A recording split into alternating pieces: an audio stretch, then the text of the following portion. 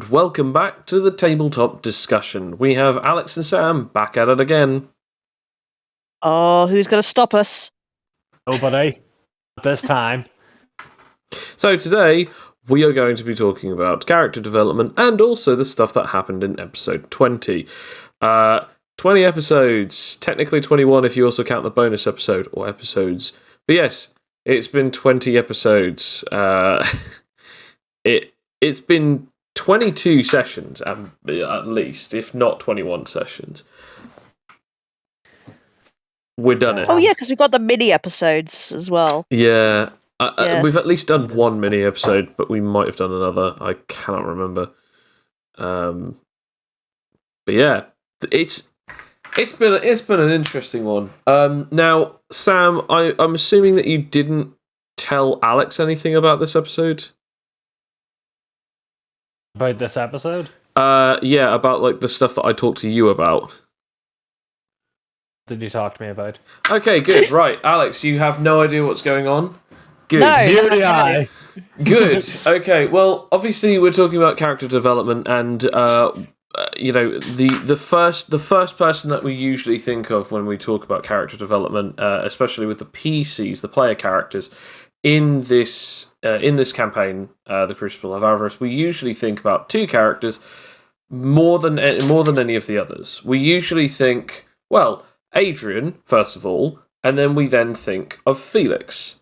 But actually, I actually don't really know how much we can really talk about Felix's character development, other than he is doing more and more heinous things in the terms of his morals. But we don't really know what else he's doing. So that aside, we then go to Adrian, who, to be honest, character development aside, we should probably talk about, you know, what it actually means in usually storytelling aspects, in narrative aspects. It means that the character is changing or growing. They are developing. Something about them is being changed or altered based on either their own personal perceptions of the world or themselves. There are many different ways that a character can develop over time. And throughout this episode, we'll actually talk about some of the ways that some of the characters have developed throughout this campaign so far. It is relatively quite early into this campaign. I say that after 21 episodes, but it is relatively early when you think about how much has actually really happened. I mean, in game time, like in the game's universe, I think you guys have been doing the Crucible for about 4 or 5 days. But you've actually the day that you started that actual tournament in game, I think, is about 4 or 5 weeks. No, it's 6 weeks ago now. Mm. So not a lot of time has passed, and you guys have been a team for a lot less than that as well, due to obviously the month time skip. So. Yeah, a lot has happened and a lot has changed. So I'm going to bring this up first. Character development. Sam, Alex, what do you think the character development of Adrian is? It needs to be back in the oven a bit, to be honest. I'm just thinking, you know what? It's currently baking, but it needs to be taken out eventually. I don't know where I'm going with this metaphor, but I am making it.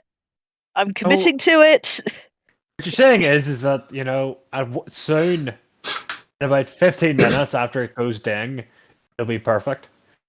No. Yeah. Character development will be over, and it'll leave a delicious taste in our mouths. It'll be passable, and hopefully won't have too many crispy bits on the outside. Sorry about sorry about the second lots of burns. 2 games in a row, by the way. I don't know really what was going on in my head when I thought, I've got an idea. They'll use energy. Well, you know why that's okay? Because I rolled a natural 20 in downtime, and now I have the perfect recipe to cure anything. You So, do, and way to go spoiling it. oh, sorry. That's nice. Well done, Alex. Oh shit, sorry. So Sorry. thanks for that meta knowledge. I think we should at least talk about it. Your character development, if I'm understanding it correctly, is obviously you've taken a lot. Like Adrian has taken a lot of licks, a lot of kicks, and has lost quite a few times. But even worse, so has lost in some of the worst ways possible very recently. And on top of that, almost every single loss that you have taken, it has been whilst trying to defend the honor of a friend. So you're Well, actually, I will say that both that and also me instigating the fight tends to be the times. Yeah, fair enough. Yeah. I mean that pattern is there. Mixture of both. That pattern is there. Yes. I don't know. I think what was it? The current development at the moment, the current thing that is in current development is Adrian does not feel like a strong enough warrior. They do not feel worthy enough, and therefore they are quitting being a fighter and wanting to be basically a builder and a blacksmith. To what their genome tells them to be. Pretty much, because obviously in their clan, their powers are usually the thing that justifies. It pretty much determines who they are. Yeah, their role in their society. And since you have structure, yours is. Yeah. You know what's exacerbated that though? The introduction of the Gemini anomaly character, brother, who basically Adrian is seeing as well. This is someone who's clearly better, suited genetically to do what I've been doing. This is gonna be fine. There's gonna be someone there to protect Adriana, so I could just do my duty. Which Adriana doesn't seem to agree with whatsoever. As a matter of fact, she actually finds it a lot more annoying because you also had another development, which is an NPC development, I guess, is that Adriana doesn't seem to be in the best of moods with you, and it seems to be that the whole aspect of the sisters never really actually getting into an argument has now been broken. I'm not saying. By the way, I'm not saying that they've never fought before. I'm not saying that, but they've never fought truly like this. Yeah, and also they've never fought like this. They've never fought in game so far. Like backstory wise, possibly, but this is the first argument that you guys actually have had. I would say the only time they would have probably argued is pre-event, like before she was the last. Before she pretty much when they were just sisters and she was just like heir and not actually queen. Probably be the last. Probably be when they last had an argument. Fair enough. Okay. Yeah. So this is like the big argument, Yeah. Like sort of stop taking my sweets. Like kind of argument. Like that kind of argument, like a childish argument. Probably. One thing that it does intrigue this argument, this thing is that the relationship is becoming a lot more rocky, but it's also now pushing Adrian to be a lot more solo, because it means that because that Adrian is pushing Adriana away into the arms and the protection of Zachariah, it means that Adrian now can focus more on doing their whole tribute of becoming the structure user, becoming the builder, the crafter, the architect, the blacksmith, whatever. But actually, something else that was kind of interesting about this was Adrian broke their one vow of combat, which was never to use ranged abilities, and in this fight only used ranged abilities. Legitimately didn't even really touch him to use structure, which nobody really seemed to make a big deal out of, but obviously It doesn't, it Oh, kind good of makes save with me. sense because you say that you did use 2 of those, if not 3 of those, above ground when everyone could see you, but then obviously for the rest of it, no one else could see you. Yeah. I think it's more sort of like, how I was trying to play it off anyway with Connor, was just sort of like, this is awkward. Should we say anything? Yeah. It's like this is weird. What's happening here? I mean, sometimes character development be like that. It's like, okay. Oh, by the way, I'm really sorry for spoilering, by the way. I just didn't think that was spoiler worthy. My bad. Alright. It was a master level. No. Never mind. But let's be honest, we always do that. We're not good at keeping secrets. Okay, 2 players I know have never done that. Juice and Bill. But Juice just is. Juice is perfect. We all aspire to be like Juice. Bill never spoils his abilities. He didn't tell anyone the entire time that he was playing as Phileas that he had resurrection. Like, he didn't tell anyone that. He also didn't tell anyone anything. And you know why? You know why that was so good? Because Phileas didn't even know that he had resurrection. Bill knew, okay, Phileas has powers of resurrection. How the hell would Phileas know that he can resurrect? So it's just that thing of until it happens. The way that it worked for him, it was this thing of I have a theory that my powers might be able to do something because and we had it in the backstory, it was because his mother was able to do it, but he doesn't know if it's 100% guaranteed, but it's still this sacrifice that needed to be made. So in this story, having Cloak having all of these abilities that he has now, and him not telling anyone, it again works with the concept of him being very secretive to the rest of the crew, because that he holds all his cards close to his chest. Yeah. And I quite like that as well, because this has been a very good, character mode as well, just the whole, the gang discovering willpower is a thing. And us not knowing that, about the soul punching, and I like to think that Cloak absolutely hates Rakia referring to it as such. But it's oh my goodness, Cloak, did you know about this? And Cloak is master levels on all of this, presumably, but it's Twitch. I think another thing that was actually really quite interesting is in this we also got to see an interesting piece of character development from a character that we didn't think we were going to see some character development from, which is Cloak.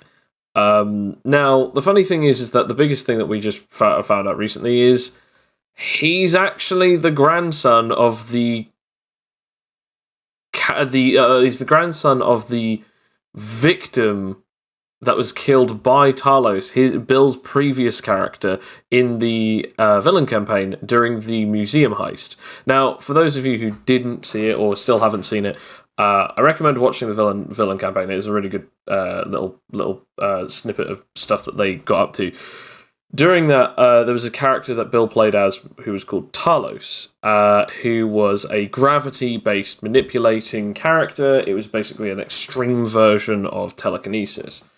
To get into this museum that they were trying to steal stuff from, there was a security guard who was just locking up. Talos then asked him to take his keys. He said no. They had a bit of an argument, and eventually he accosted him by crushing him to death using the weight of 10 times gravity. He then took the keys and proceeded to open the door anyway. That man is the father of Cloak's father. So it was this whole thing of so he was killed, he was a couple of years away from retirement, then 10 years later, Cloak's dad went off to try and fight Talos. It didn't go well. He was only just able to escape with his life, gravely injured, and then later on Cloak has vowed himself, we don't even know his real name prior to the vow, but he's from a ninja clan who take people in. They they remove all of their previous aliases, and they only take the name of their vow. So the entire time that people were calling them Cloak and Eraser, as he also explained to Zachariah of all people,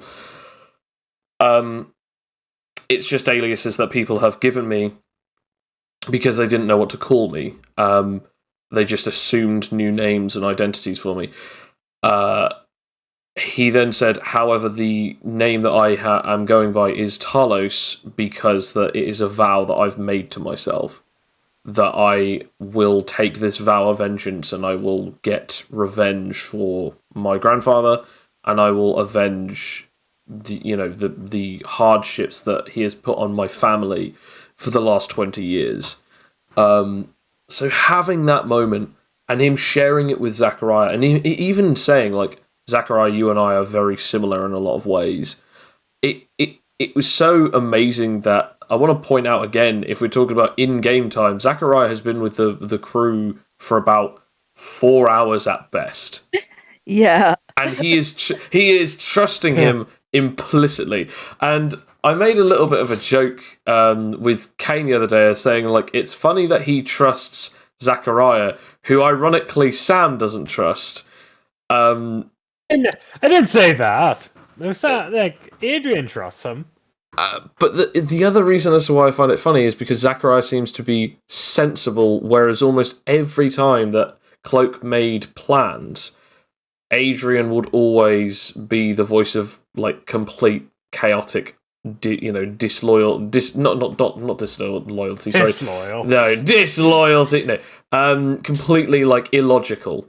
Like, oh no, we'll do this. We'll just, or even, like, completely going against it without even saying anything to Cloak, just doing her own thing, which annoyed Cloak because he is based on logic and strategy. He doesn't want to do things that aren't completely necessary.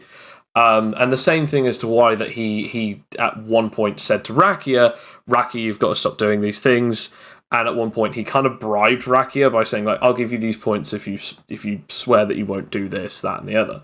Which is where Rakia got this whole thing of, like, we're friends sort of situation. So, which again is very funny. I love how their relationship is not relationship is developing. It is just so hilariously one-sided. As far as I can see, it's like, Rakia is like, yeah, we're friends, and Cloak is like, I don't even know you. I do not care. You gave it's like a weird, like, warped version of that Thanos and Scarlet Witch meme, where it's like, instead of, like, you took everything from me, it's like, you gave me everything. I don't even know who you are. Points mean literally nothing to me. Yeah. But it was this huge moment saying, yeah, I've got more points than you. Does not matter. I also think another thing that we should also talk about is we now know officially from the band, like the special points, from the special animatology point band, Adrian has lost the will to fight because after being beaten, Adrian lost all of her points and the band. She's no longer a contestant in the Crucible of Avarice. Like, which bummer. Yeah, kinda. Moment. Yeah, I know, it's a character moment. But you might not be able to get it back. That's the funny thing. You might not be able to actually ever get it back. I'm sure I will. We'll fight. They'll probably be contestants. They'll come after us, and we'll fight them. Yeah, no. Not gonna happen.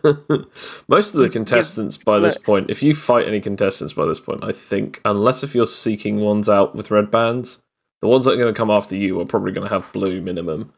But we'll get to that. I mean, there might be a possibility of some pink bands, but not likely.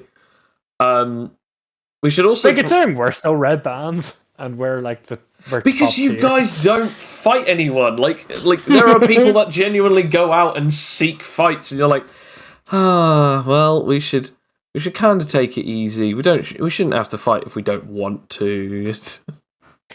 we have to pick our battles and stuff, but it's yeah. You guys are way too mild mannered in this entire location. A warrior culture, and you guys are like, oh, I wouldn't want to trouble anyone. We just got off the boat, man. Like, give us a break. Never. I will never give you a break. But another piece of character development, which actually came at a very interesting time, is that we've seen some changes in Cloak. We've seen some changes in the way in which that Adriana and Adrian are chatting and talking to each other, and now also acting with each other. Obviously, Adrian is also being in a different way. We don't really see much difference in the way that Fletcher has. He hasn't necessarily developed too much, except from this dynamic of the master master and student, I guess. There we go. Blimey, I don't know why I couldn't think of that word. You're a teacher, man. Master and student. Master and student relationship, and the reason why I liked that master-student relationship or sensei-student relationship was that we also recently got something from Rakia, which was Rakia might be planning on even if it isn't directly defeating and attacking the team. At the very least, Rakia is interested in learning on how she'll have to fight the rest of the team if ever that circumstance arises. Due to the line, on the bright side, she won't be a threat anymore because she doesn't have a band anymore. Talking about Adrian losing her band and therefore no longer a contestant, Rakia doesn't have to deal with Adrian, therefore it just falls down to Cloak, Felix, and Fletcher.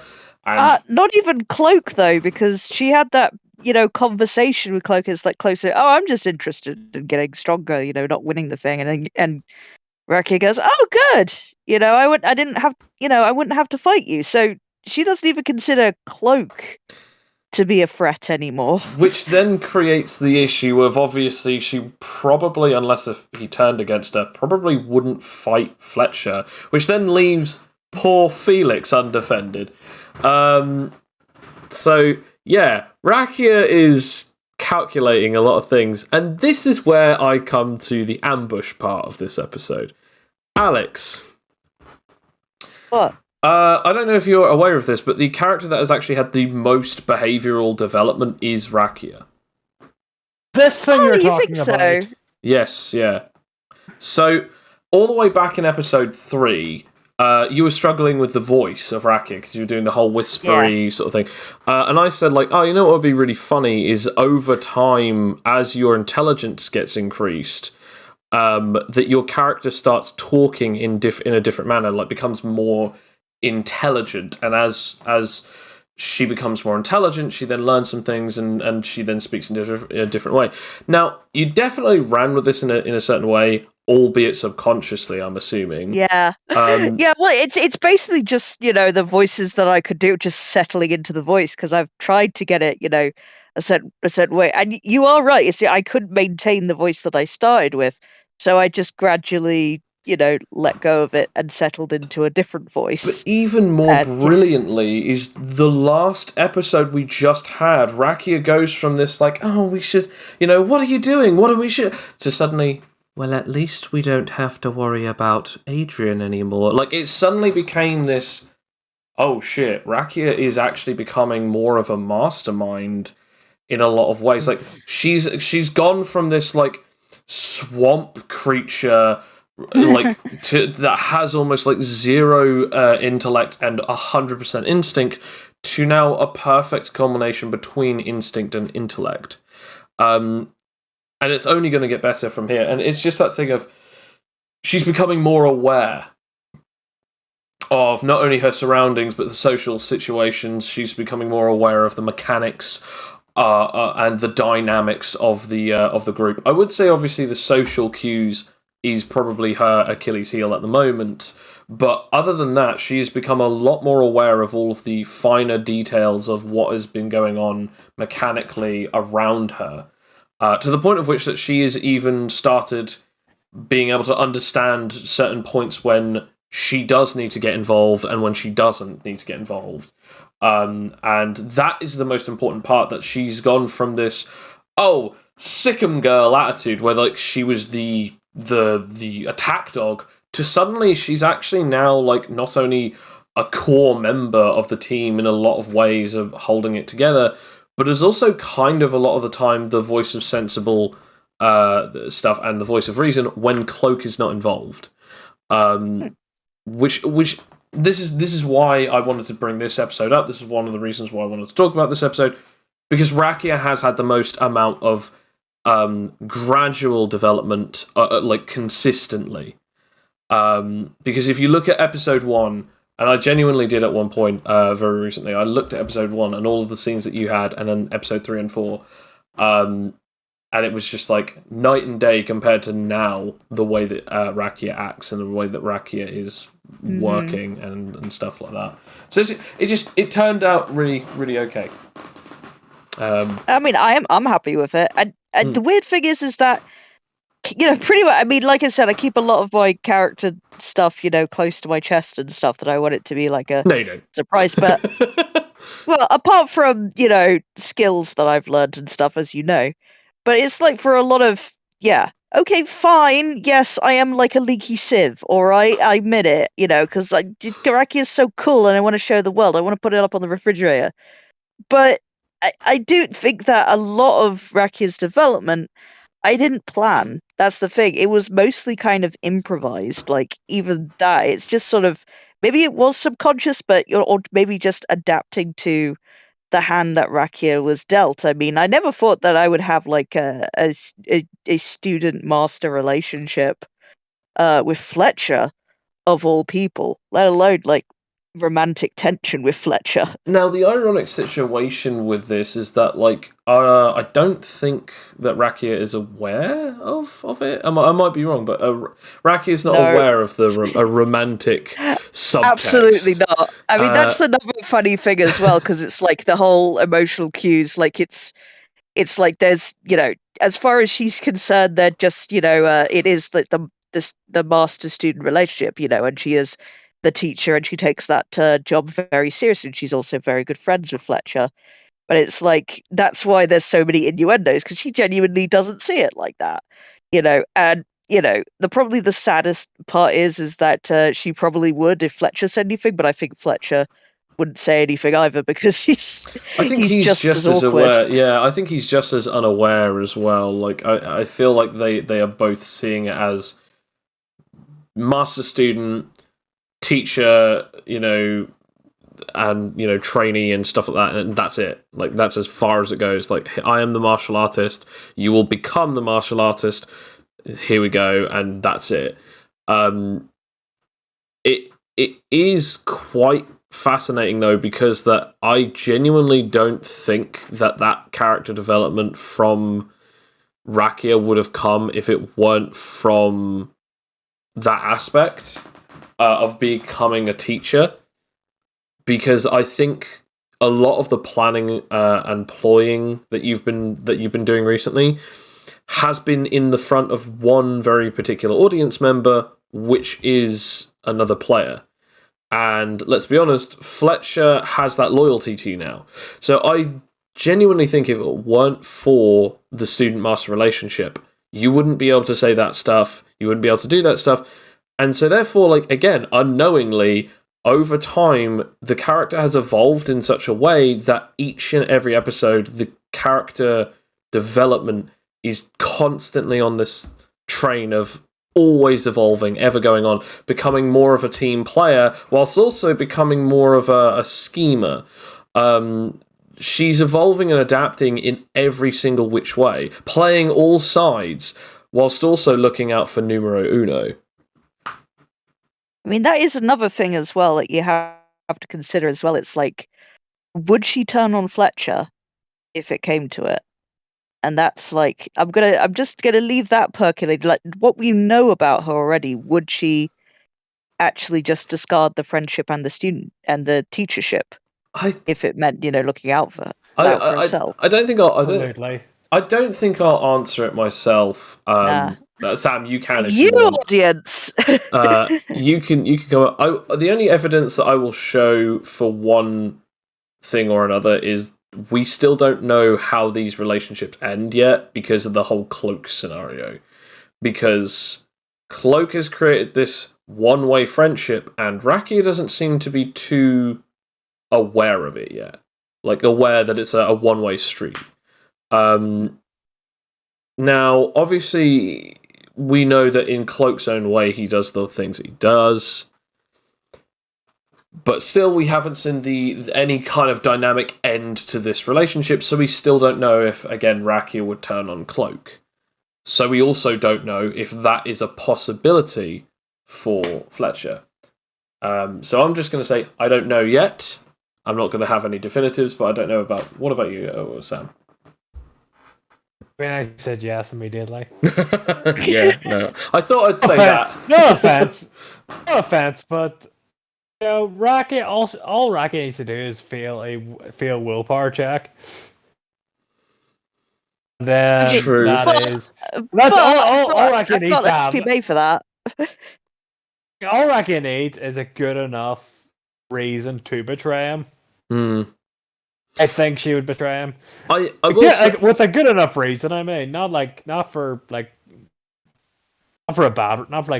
a basic, like, just, oh, here's 10 gold.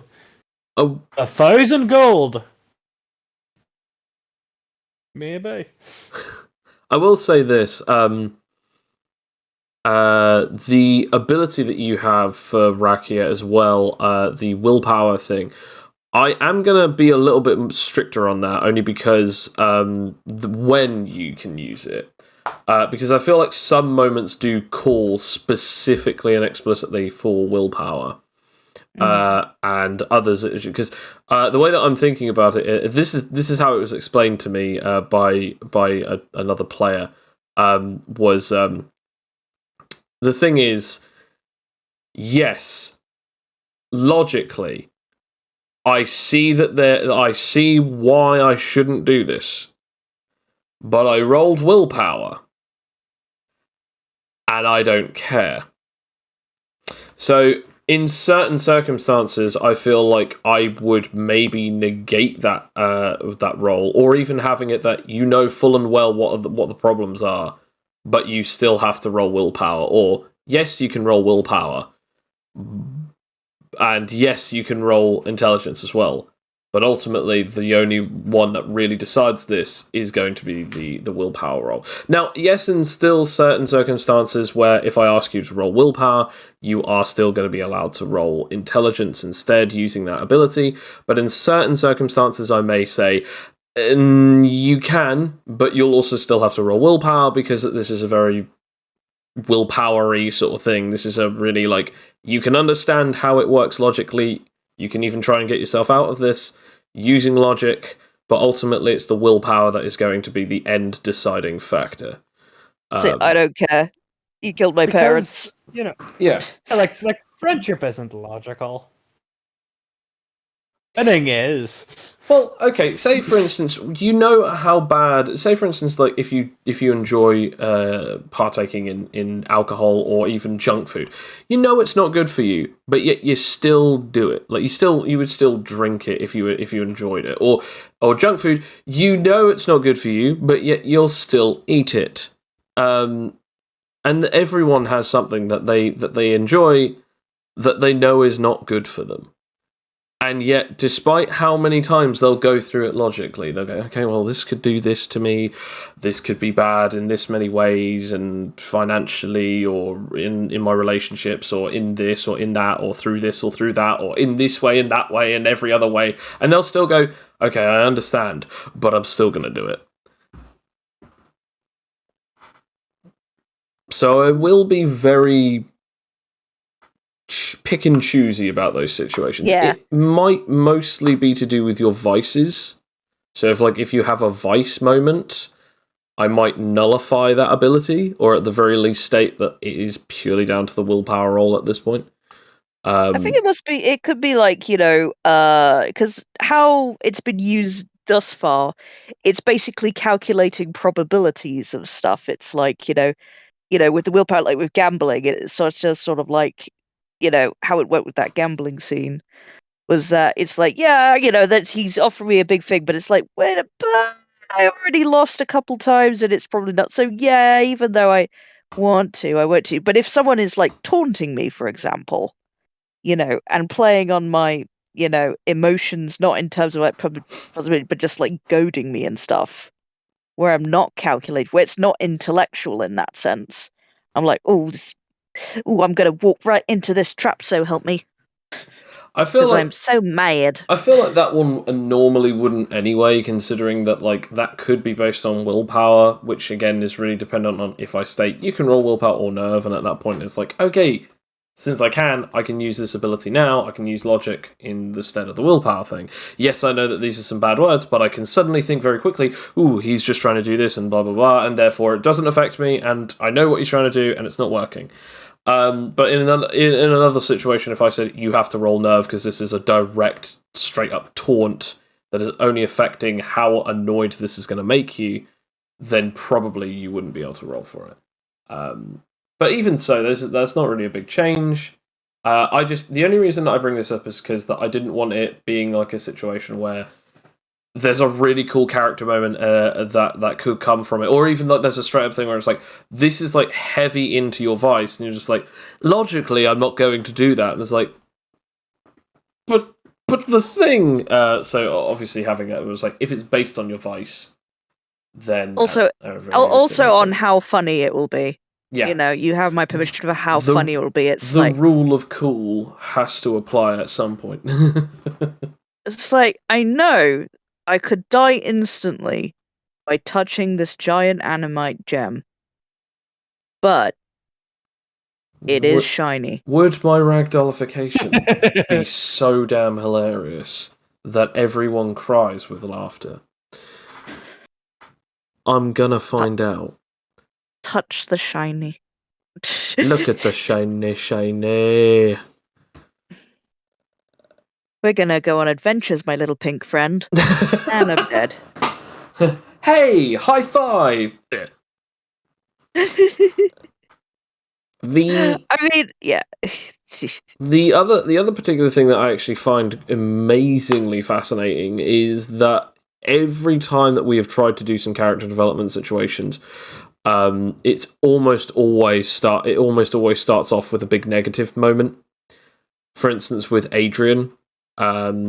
We've also had one in we had one in the villain campaign as well, where it was like a big negative moment where a character was really not happy with the way that things were being done.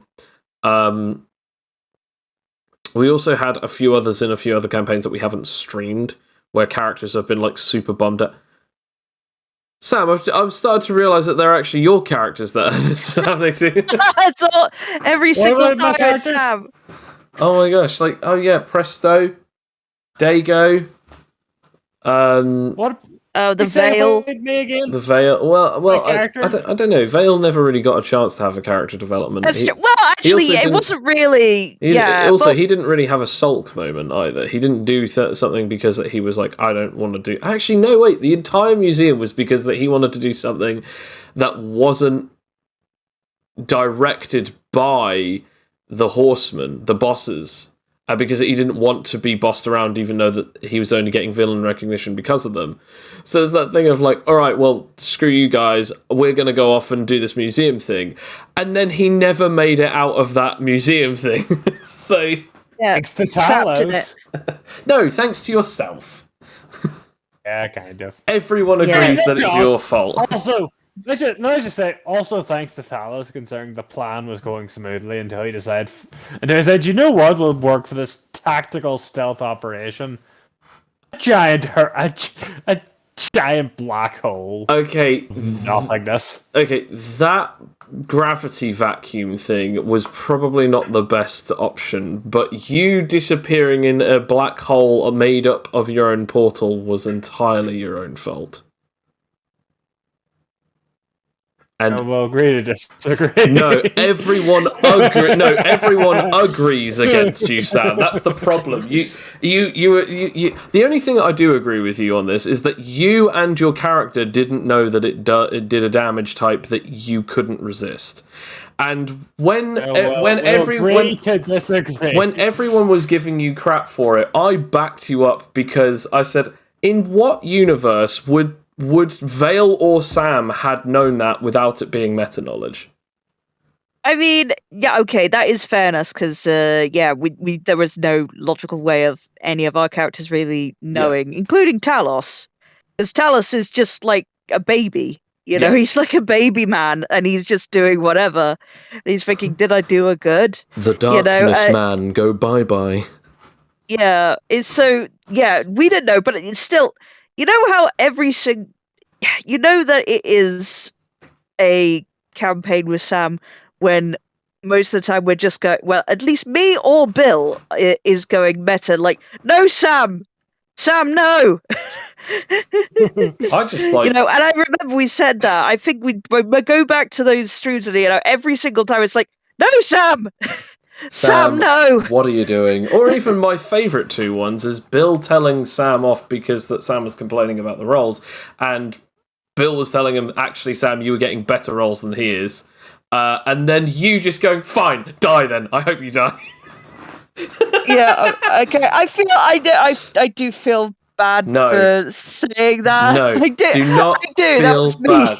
Don't chicken out on that. I genuinely believe that was a fair enough argument.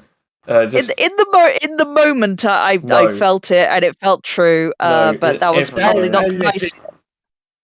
I literally cannot remember what these are talking about right now. This is the problem. This is why he doesn't learn. This is why he doesn't learn. He has a memory of a goldfish. He just doesn't care. Learn. He just does not care. It just as soon as the character is kind of leave my mind. It's the character that you're just playing as. What character? We're moving on, Sam. Did Adrian do so? Oh my gosh, we're moving on. So in the next sets of episodes, we will hopefully be seeing a few things happen. Like, for instance, you guys are moving on to the next part of the area. Now, obviously, you have been told that you are about to... Well, after fighting Rudder, one of the heads of the Orochi clan, and losing because Sam didn't want to use Paladin mode... Oh, sorry. Adrian didn't want to use Paladin mode. Sam didn't want to use Paladin mode.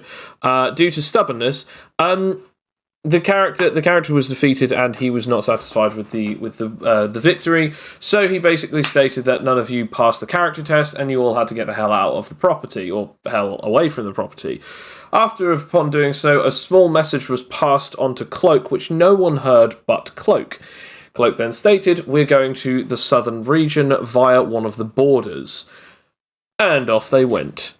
After going through that, they were also told, just as they were about to leave, that one of the spirit guardians, one of the 4 toughest sons of bitches in this entire region, was going to hunt them down due to the situation that had occurred via the fight from Suzaku.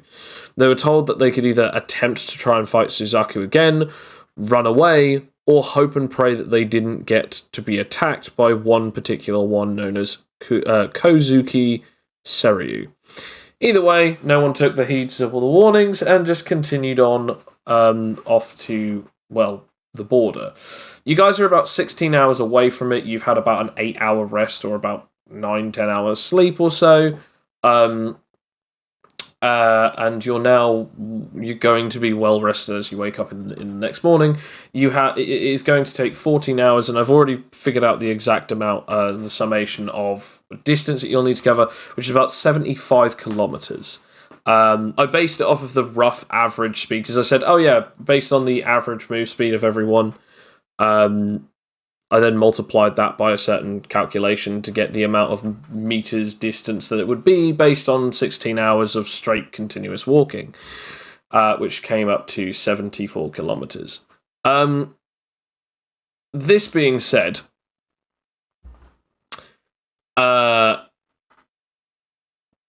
how do we think this is going to go? Just predictions from either of the two of you. Well, honestly, I actually am looking forward to it because this does give for a number of things. I mean, it would it does suck we can't go to the Erotic Club because that was like this would have been a lot easier for us, but we're basically going to play it on hard mode because everybody's going to be hostile to us in this new situation, and we got a whole bunch of people coming after us now already. Also, Kleefoff is still at large, so I don't know how And you're that's going gonna. into a forest. Yeah, exactly. So that's nice, but this is actually what Rakia came here to do: is to go to the southern side, and it's closer to the monster battle that she wants, closer to contestants who it's morally okay to stab, and Closer to just contestants who it's morally. Who are the contestants that are morally okay to stab? it's closer to pirates and bad people. Okay. Yeah, I was so going it's to say getting closer to that contestants. area. I don't know. I don't know any specification that I've ever said. I'm sure that there are some contestants there, like especially like they're fighty, bad people. So stabby. Yes, but Pointsy, you've pointsy. had many opportunities in this current land, and you have all chickened out against them. Now you know that there are people on that side who don't want to, or are not allowed to use powers, or don't have them. You're like, yeah, let's go kill crazy and just basically murder a bunch of innocents.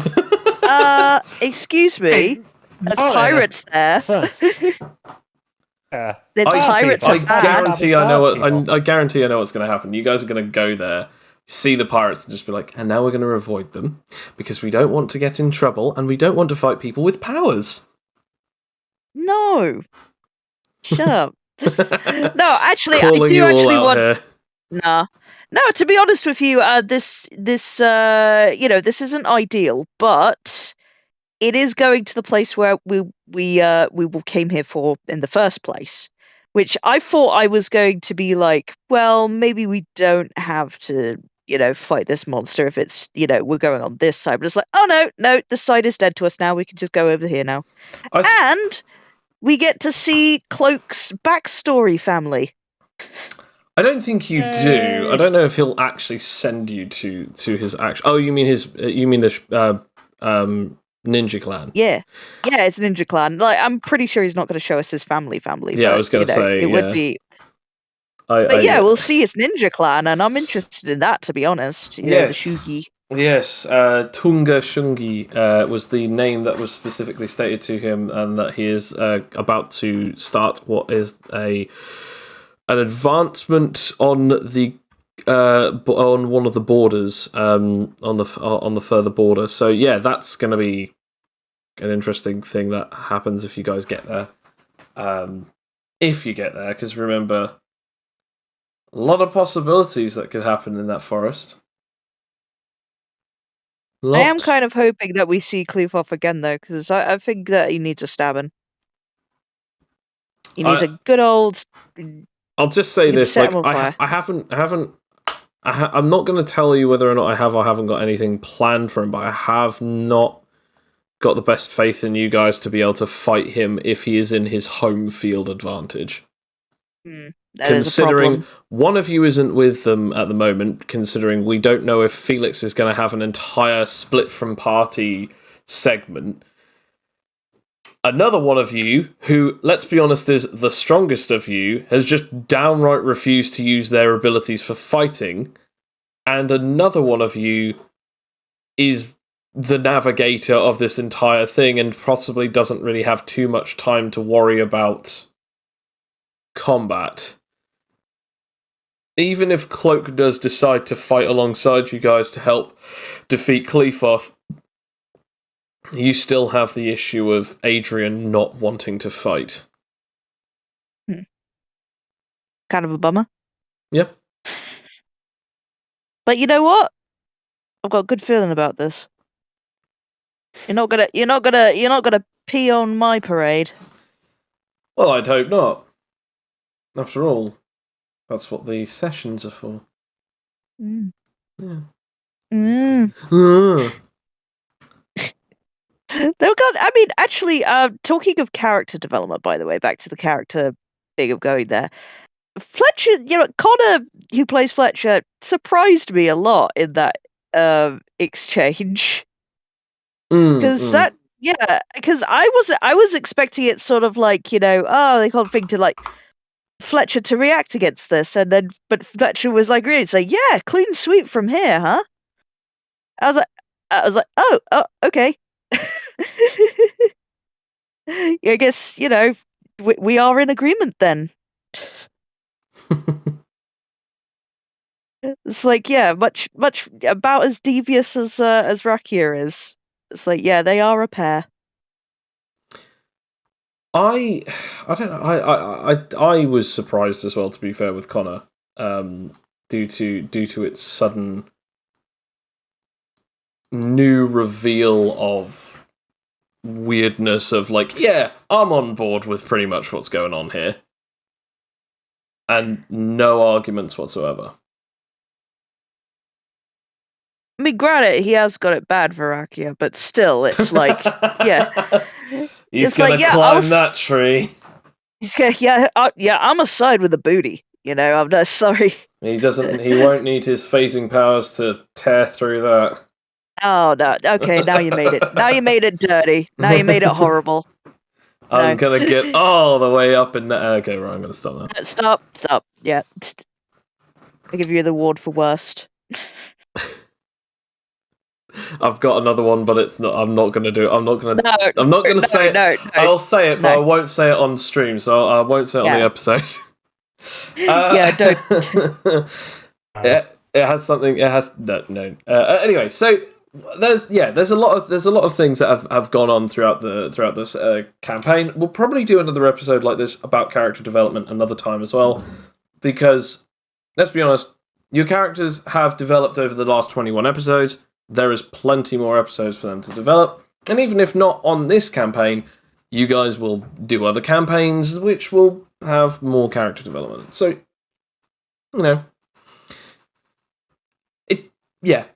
I want to at some point do an episode on boss battles, but you guys haven't had enough fights in boss battles, and so maybe, but probably not for a while. Soon, my pet. As for any other character development, I guess I was going to say a little bit about NPC development, which was Adriana. Adriana is the only other NPC that we've really seen that actually has character development.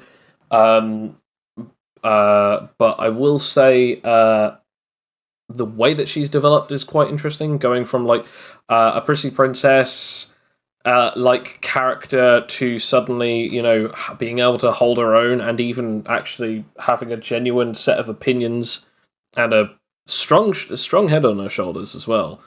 Like actually like getting angry with her sister and talking to her like a sister, but also talking like a queen.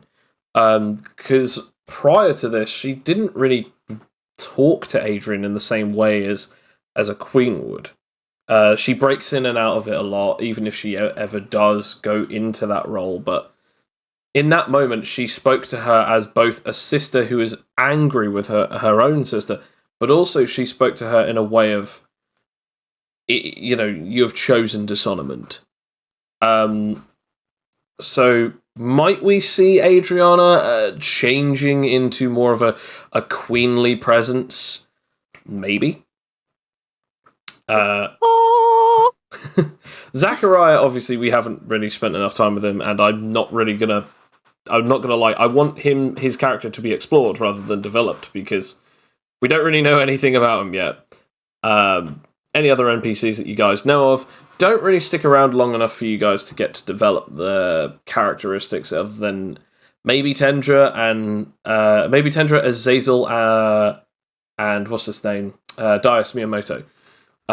Let's be honest, Azazel's biggest character development will be when he is developed all the way into the ground.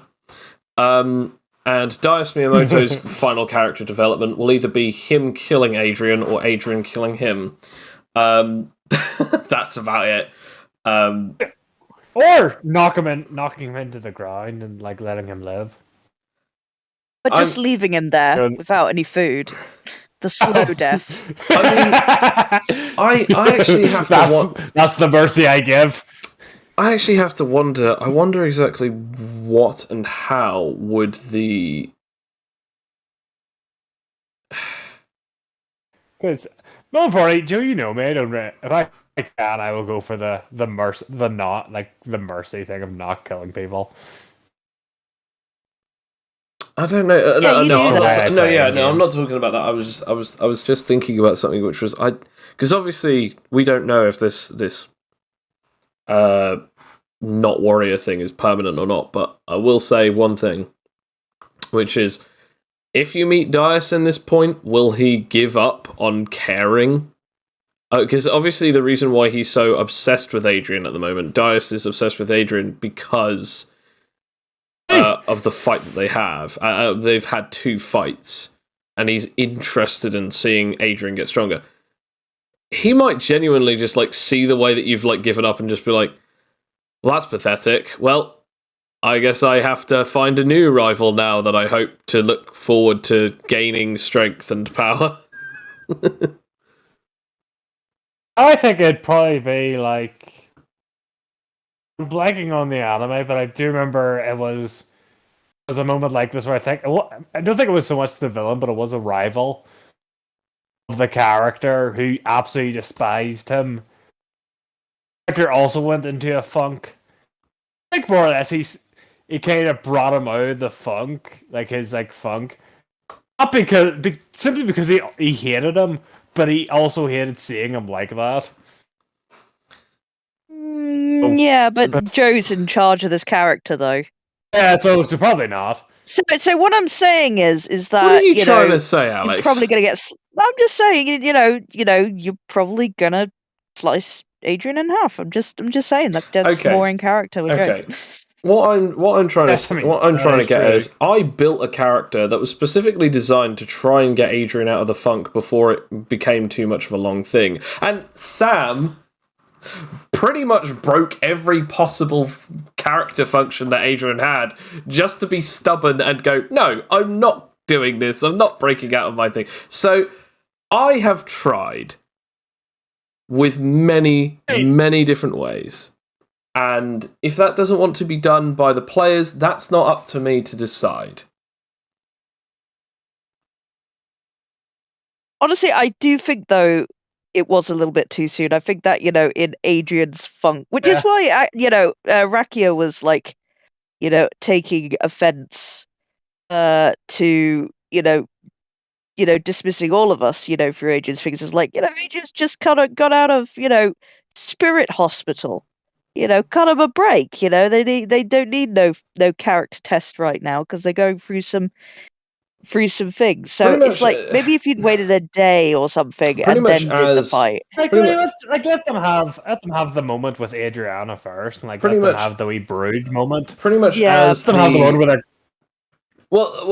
Okay. So the point of why that character's existence was there is because the whole point is that like you don't get to choose when an actual genuine opponent comes up to you and just attempts to attack you. He's giving you the opportunity of saying like, hey, I need you to, actually, do this because I'm pretty much the character judge of our family, and this is a way that we judge you based on our warrior culture.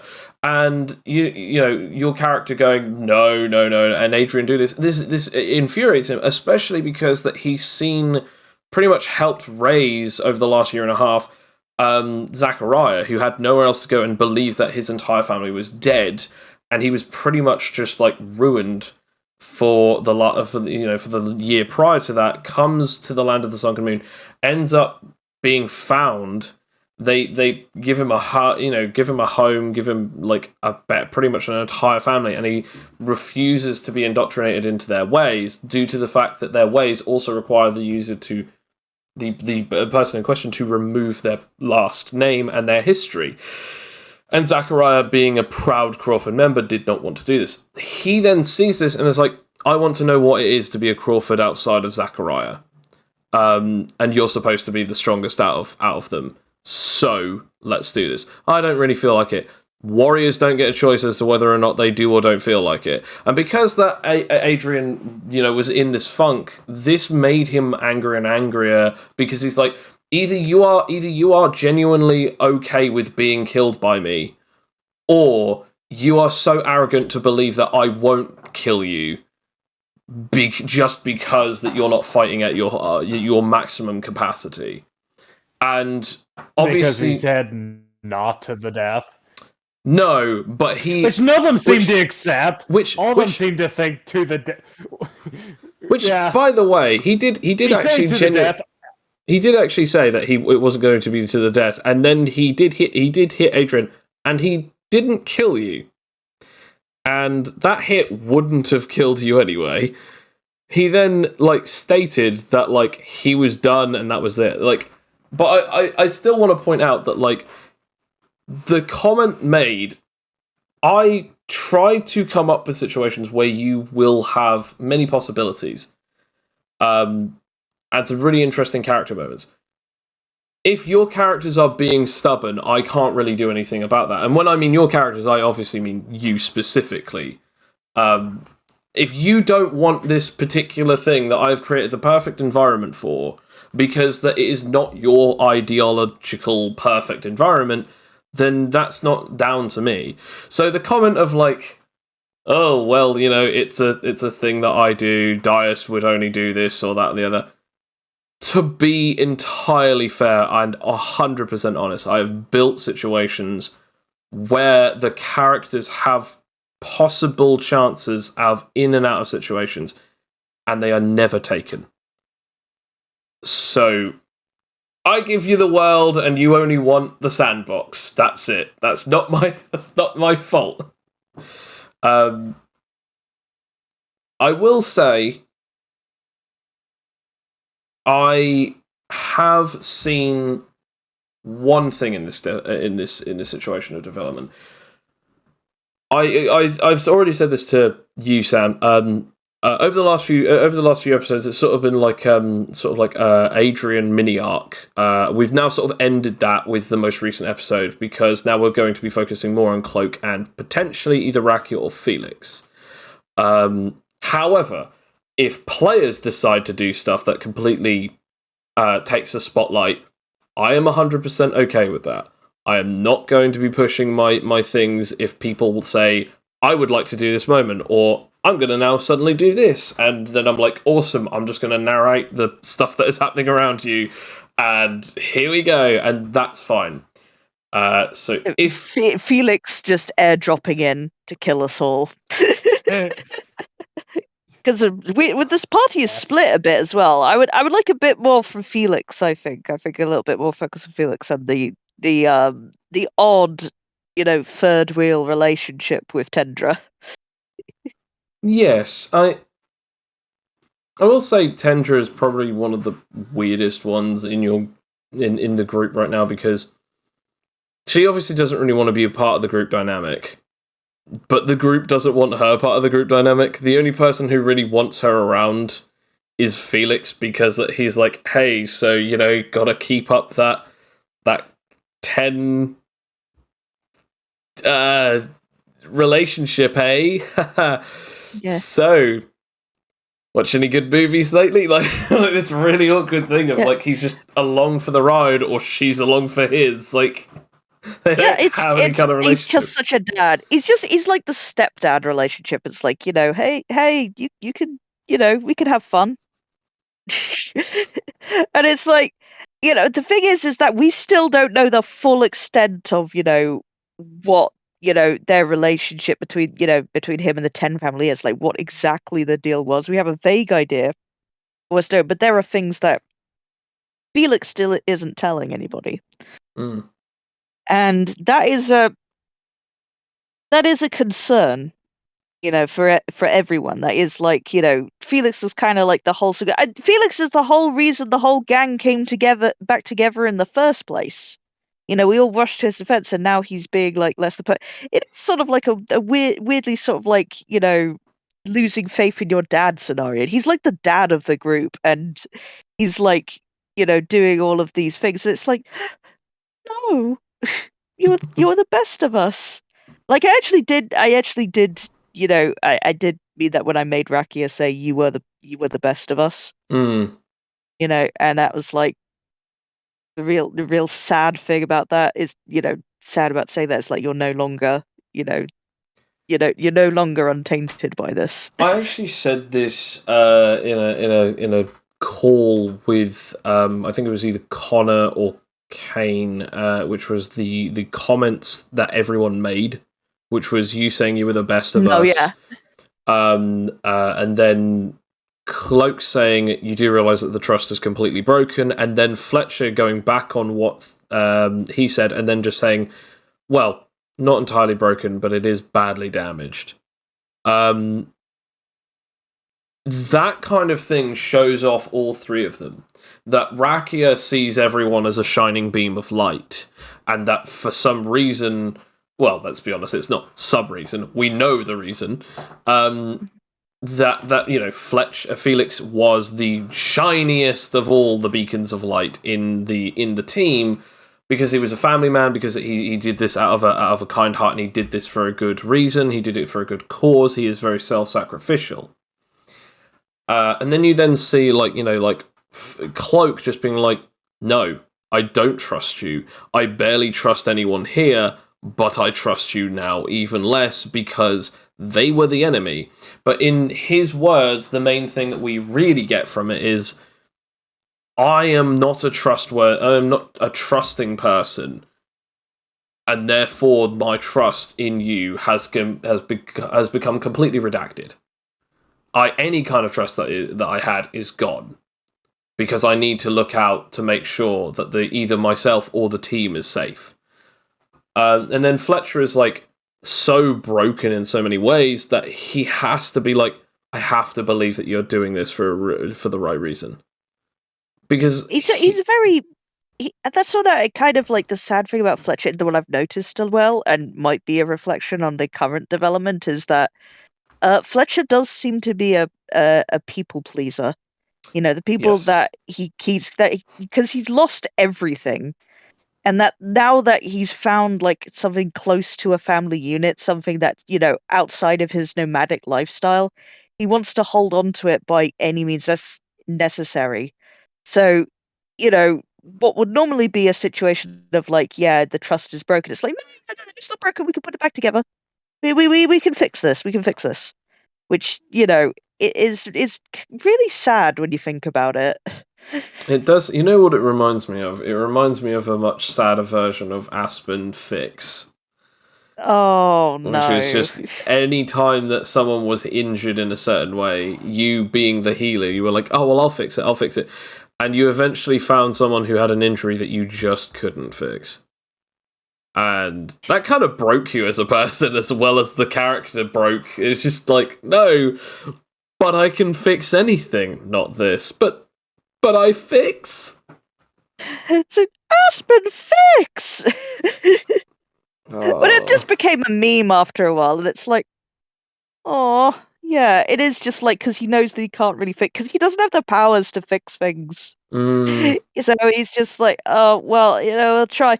He's just like, he's broken the vase and he's just trying to put it together with sticky tape, and it's just like, mate. Yeah, it's worked before. Why isn't it working again? But yeah, no, I think I didn't think about it like that, but yeah, that is like a perfect reflection of all of our characters in that scene. It is. It absolutely is. I mean, you also see the fact that, like, obviously Adrian is nowhere near to be seen. But it kind of also makes sense because Adrian doesn't really have any kind of a relationship with Felix.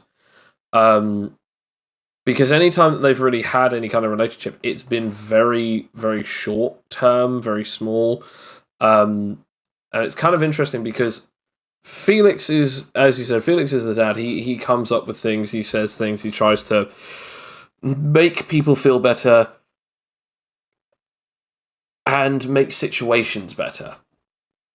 And Adrian is the sisterly sort of a figure that is sort of in and out of different friendship groups within the team. But let's be honest, the main friendship group is just Rakia. Even more so now that, obviously Adriana's a thing. It's just that it's like the three sisters. But Rakia is almost a social chameleon.